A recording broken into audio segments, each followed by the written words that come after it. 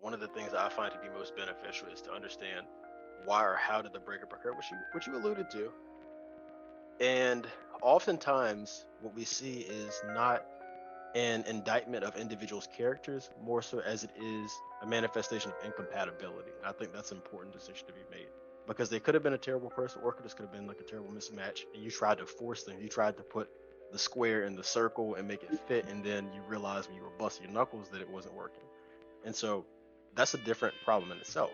But over the course of, like you said, the in the beginning, and then Josh just now, with getting to know yourself, becoming more familiar, taking yourself on solo trips and things like that, I think as part of the separation, there's no need for that stalking of pages and you're prolonging. So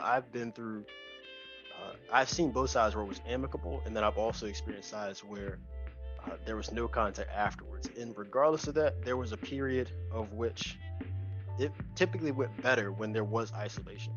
There was one woman who I used to date before, and then so the best thing that happened to me after we stopped talking to each other was she moved. That was the best thing because that created physical separation, and so weren't always in constant contact with each other, and there was a natural barrier that allowed me to focus more so on myself.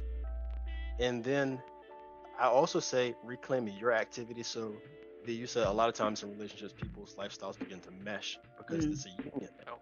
And so with that becomes you have your places.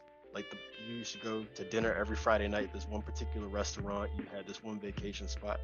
Well, it's very common, at least in my experience. I'm gonna be very transparent. When you go to those places right after, it triggers those memories. You think about, you associate that person with that. So I'm very intentional. I will reclaim those places. Like if it was a special spot that we had, I'll go there by myself right after that because I want to remove that association with that person and reclaim any kind of mental mind space that's a part of that.